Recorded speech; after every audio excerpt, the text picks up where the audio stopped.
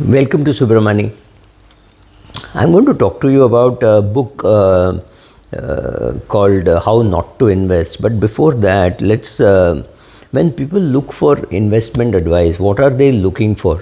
They're looking for quick fixes, right? So somebody would come up to me and say, I bought Tata Power, I made a lot of money. Do you have any more good ideas? Well, I bought Tata Power at 30, I sold at 330 or 340, I bought back, I've done lots of things. I have no clue what you do with your life. I don't even know how many shares you buy. For example, a friend of mine bought 10 lakh shares and sold off at 40, right? So he wanted to make that kind of money and he was willing to take that kind of a risk. Now, I have no clue whether at 30 you bought 100 shares or 200 shares and what happened. I don't know that. And so recently somebody said, I listened to you and I bought Indigo and should I buy more Indigo? Then there are people who come and say, should I buy Indigo? And I actually don't have an answer because I bought Indigo at 800 and I bought Tata Power at 30. My cost of entry is so low that I can afford to make big mistakes. So, I keep saying this to people. In your younger days, if you have done so many things right, you studied well, you got a good job, you saved, you invested, and it grew well, in your older age, you can afford to make some mistakes. May not be too many big blunders, but small mistakes won't hurt you or hurt you. But when you come and ask me, should I buy Indigo? I actually don't know. Should I buy Asian Paints? I do not know. If you take the past and project the future, Asian Paints is a good buy. But if you look at it and say, oh, today more buildings are on glass, partition between rooms is glass, people are not using enough walls. If there are not enough walls to be painted, will Asian Paints do well? That's the right question to ask. Rather than, should I buy Asian Paints? The past looks very good. Right. So, should I be still invested in the US? Should I sell? What will Trump do?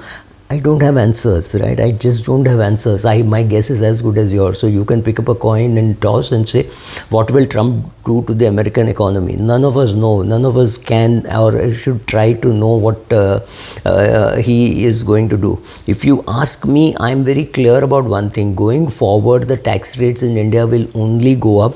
Your prosperity will increase because of equity markets, but your 0% tax on equity went to 10 to 12.5. 12.5 without indexation.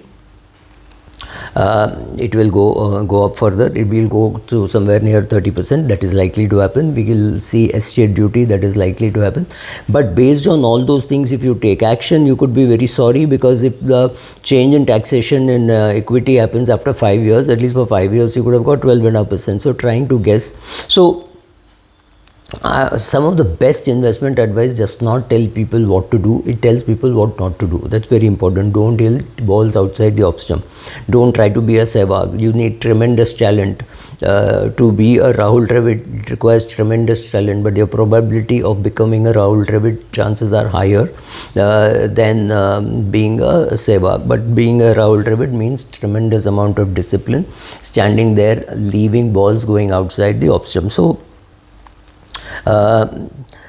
Barry Ritholtz, right, has written a book, How Not to Invest. I have not yet read it, but he has written a book on how not to invest, and I read a small review. I want to tell you something from that.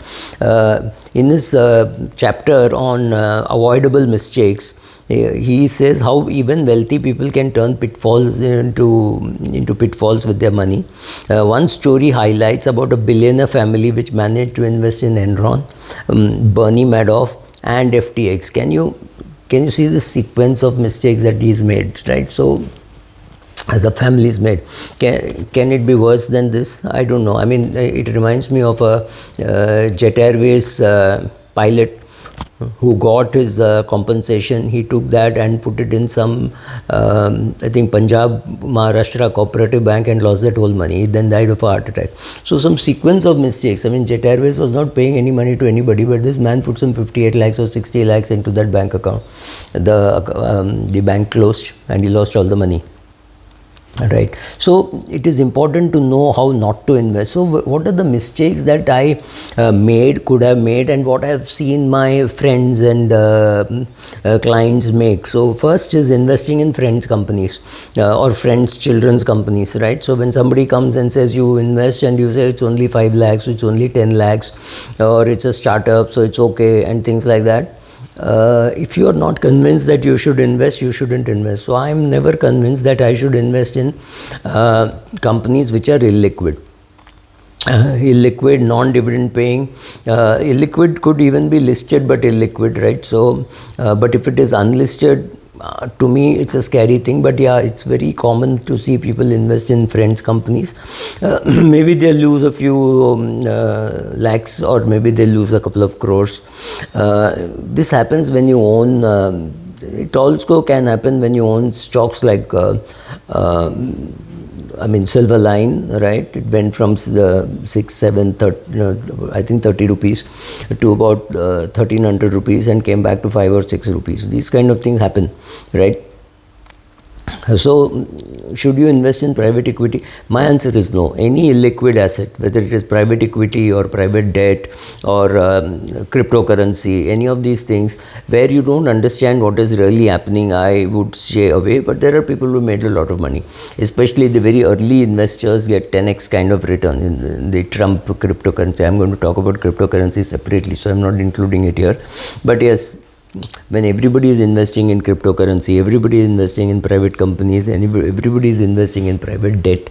Private debt is the most fancy item today, because there's no mutual fund which invests in private debt. There you may find AIF, but I don't think there is even a PMS which invests in private debt. So in these cases, what do?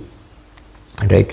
If you invest in private companies, you could lose money. You could, it will be pitched to you as an exclusive deal in a 5-star hotel with your family, and you're sitting there and you just sign a check of 50 lakhs. Chances are you will do it.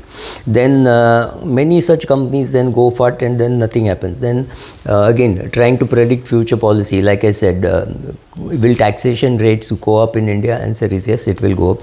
Will it go up this year? I don't know. Maybe this year it could go up, because the government, the people are very bullish, and they'll say the government needs extra 50,000 crores for defense budget. So I am increasing the capital gains from 12.5% to 15%. Am I guessing about what is going to happen in the future? Yes. Am I selling my shares to take advantage of the 12.5% tax instead of the 15% tax? No. I'm just guessing, and I'm saying trying to predict future policy and act on it could be another solid reason how you could lose money, right?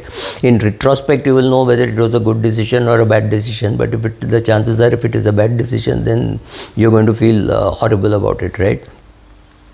Making mistakes is part of the investment process. So it is not as though I will stop making mistakes, or my friends will stop making mistakes. Some of these transactions which they do, they make a lot of money. So if you had invested in some startup which then went public, you could have made a lot of money. It's possible, right? You could have made money. You could have also lost a lot of money.